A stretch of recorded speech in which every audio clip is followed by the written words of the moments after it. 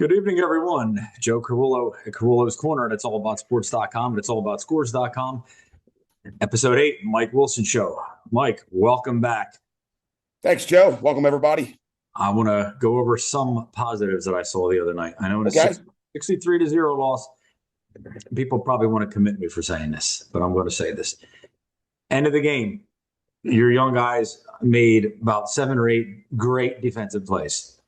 I'm sure they pulled their starters, but why am I saying this? It's important to say this because this is the future of your team. And they're showing that against equal competition, they can do it. Now, I know some people that might not know the game could not understand that. But to me, and anybody knows this, you guys have not played against equal competition. You're playing sophomores against seniors pretty much this year. When all things were equal, I liked what I saw. But I'm going to let you, I wasn't there. I'm going to let you explain this. Tell me about last week's game, the good and the bad. I think you said exactly what we felt. Just go through the whole game real quick. We're still making those young mistakes. We didn't help ourselves at the beginning of the game, as you saw from the film. So we're still learning those types of things.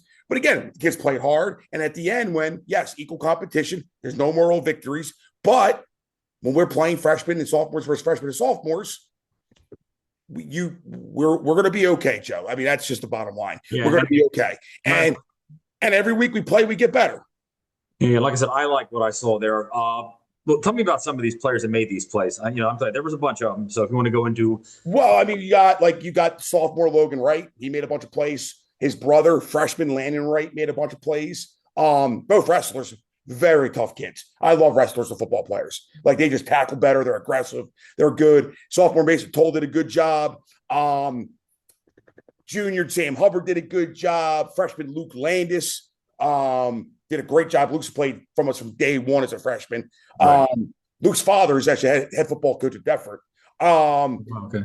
And his dad Pat's a Clearview alum. But yeah, Luke played well. Like I said, we got 6 freshmen out there. We got 5 sophomores out there. Like, they're playing hard. It just, like you said, it's just, like, again, uneven competition, no excuses. But Joe, I'm telling you, you come to one of our practices, you would never know we're winless. The kids practice hard. The morale's not down. Everybody's looking. Their chins are up. Like I said, Saturday morning, we meet as a team afterwards, watch film, lift. Every kid was there on time, ready to go. Like, you would not know where we're at with the response of the kids week in and week out. So they're sold, they're bought in. They're great young men, and I'm excited to build with them, Joe. Like I said, I'm having a lot of fun coaching these younger kids. All right. Well, certainly have a lot to look forward to, in the next couple of years. But we're going to move on to this week. You're at Eastern. Eastern's 4-3. They're fighting for a playoff spot in Group 5. They're currently number 13. They have to. They got to keep winning to get the best possible seed they could. What do we know about Eastern? You can tell everybody. Well, Eastern. They play very good football. They're well coached. They got a couple good skilled kids on offense. Quarterback throws the ball pretty well. I like their running back, number 13. Their split end is a dynamic, big. He reminds me of like an AJ Brown type of receiver, big, strong, physical. Defensively, number 55 is a stud. One of their defensive linemen. They're a good, well-rounded team. They play. Their 3 losses are not by much. Like, they could easily be 6-1, 7-0. Like, they're right there. It's a good matchup for us. Again, just another opportunity. Yeah. So, what do you guys? What's your plan for this week? I know, without saying too much, how do you battle these guys? How do you attack? Number one is, and I say this all the time, I sound like a broken record, and you know me well enough. We just got to stop beating ourselves. And you take those mistakes that we make early in games out, and we can survive that first 5 minutes and get to play football. That's what we got to do. We just got to stop beating ourselves in those key situations where we can. And every game we play this year, as the game goes on, our kids play better. So we need to get through the first 5 minutes, keep it competitive, and just keep playing. I like the matchup this week. Eastern is very good. It's going to be a good test for us. And just another week. Our kids just keep getting better every day. All right. Moving on to the rest of South Jersey. We got a couple interesting games this week. Tomorrow night, you have Haddonfield hosting Gloucester City. A lot of Group 2 implications on the line. Your thoughts on that? A tremendous amount of respect for both those programs, and playing 3 years against Gloucester City at Shalleck. And I always love those games. I know you saw a couple of those games over the Yeah, years. their last Like year. tremendous respect for Coach Brian, what he does over there, and Haddonfield and what they have done all over this year's. Like, and I know that's a nice little rivalry in itself over there. I expect a close game. I really do. I mean, Yeah, Gloucester City just big and tough. Haddonfield's well coached. Gloucester City's well coached. It's a playoff game now. yeah, and that's in Haddonfield. While we're speaking of Gloucester City, I have Gloucester Catholic against Haddon Township. Haddon Township got into the win column last week, the victory over Mastery. Gloucester Catholic looking for that first win.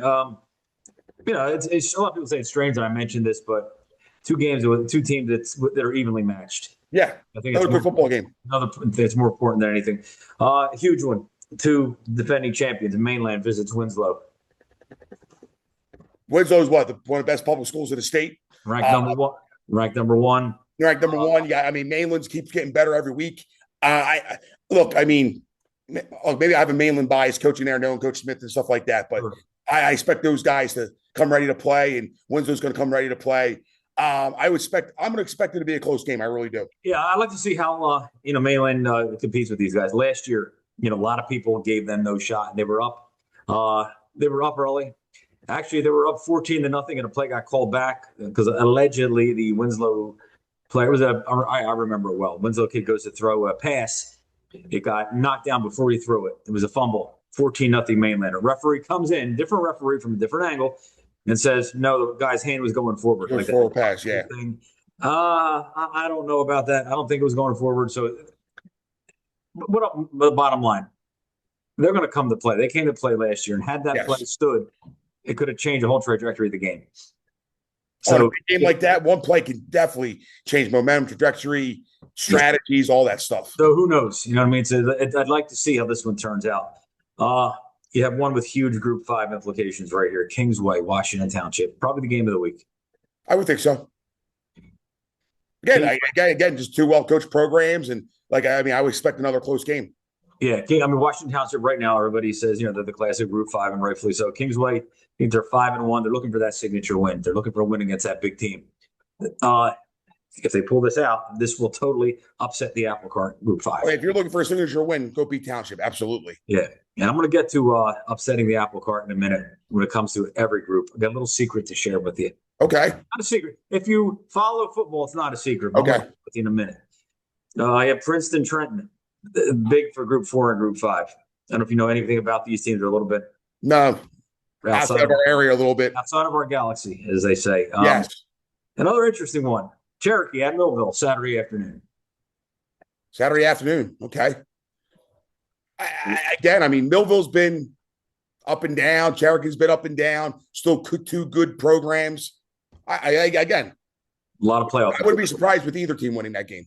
Yeah, this could be good. A lot of playoff implications here. Rancocas Valley visiting St. Augustine Saturday afternoon as well. A lot of good Saturday games this week. RV, been struggling a bit lately, but they have been hit by injuries. Yes. Assuming they're healthy, this could be a great game.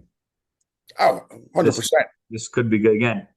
I think it's all contingent on their injuries. We also have a Thanksgiving game this week. Salem Woodstown. Yes, you're right. Salem's on a roll right now. Yes, they are. Kemp has turned the ship around, and he's not coming back. He's going forward. No, he's going forward. Yeah. And I think Salem's in a great spot right now, and I think they're going to even get better as the years go on. And here's an interesting one, Mike, I'm going to bring up with you. The South Jersey's hottest team right now, the Williamstown Braves. Oh, yes. They pulled two huge upsets that no one gave them a chance to do. I know they're young. They're in the same boat you guys are. They're very young, but they're showing signs early of what to look for in a year or two. This team can and will be dangerous. They have Delsea this week, which I'm going to say, I'm going to say Williamstown's a favorite in this. Doesn't mean anything, but yeah. Williamstown been building for the last year and a half. Coach Fuchs is back I want to count him out. No way. And moving down to Group 1, here's one that's interesting. Yeah, you have Burlington City, who's the number 3 seed. They dropped right behind Paulsboro. They can go back up this week. They play Maple Shade, who's been on a little bit of a roll the last couple of weeks. Any chance at Maple Shade upsetting the apple cart in Group 1? Because this would do it. Look, the way this football season's been going, nothing would surprise me. Like, I mean, again, you know that. Like, I Yeah. mean, it absolutely could. I mean, you never know. Paulsboro hosting West Effort Saturday morning. This is another one with huge playoff implications for Both. these groups. Another Thanksgiving game, by the way. Yeah, another rivalry game. Both programs are back right where they used to be. Absolutely. Lower Cape May Cumberland should be interesting. That has playoff implications all over the place. It does. It does. Because Cumberland and Lower Cape May, and both of these teams are in the back end of their groups. So this is big to get a better seed. The winner of this is going to jump up a little bit. The loser is going to have a problem, maybe even getting in. I didn't look at the standings, but it's a big game. Another one that's interesting. Overbrook was on a little bit of a roll against Audubon, who's won 2 in a row, including a huge upset in the 31-12 win over Collingswood last week. Most were not expecting that. Now, Audubon's jumped up all the way to like number 9 in Group 1. Yeah, and that should be a good one Saturday morning. Hey, look, I played Audubon the last 2 years of the playoffs. They are well coached. Like, I mean, that does not surprise me. Yeah, they come to play. They'll give you 100%. They're well coached. Coach Reed does a fantastic job. Yeah, he does. They're going to come to play, but it's going to be interesting. Yeah, they're going to come ready to play. So again, them jumping up in Group 1 doesn't surprise me. Northern Burlington Township. I mean, Burlington Township's a big favorite here, but an upset here could really mess with Group 3. Oh yeah, possibility. So I have this secret to share with you. All right, hit me. This happens every year, either this week or next week, because these are the final 2 weeks. Us football junkies sit here and we try to figure out the playoff schedule, where everybody's going to land. And I would say this, there's another secret. By this week, the week when there's 2 weeks left, it becomes clearer. You can start to see where things like by next week is going to be much clearer, not 100%. This week is the week you start to see what probably can be. However, in these next 2 weeks, there's always an upset that nobody's expecting. That when I tell you upsets the apple cart, it's a term I've been using, just doesn't upset it. It throws the damn apples all over the floor. It happens every year, okay? Which game it's going to be, whether it's this week or next week, I don't know. But there's a game out there that is going to get everybody's predictions. You're going to rip them up, throw them away with those apples right on the floor. Hey, that's why you play the game, Joe. I mean, that's why you play the game. We can have some fun over the next 2 weeks. I don't have next week's schedule up yet, but something crazy is going to happen, and it always does. Yep.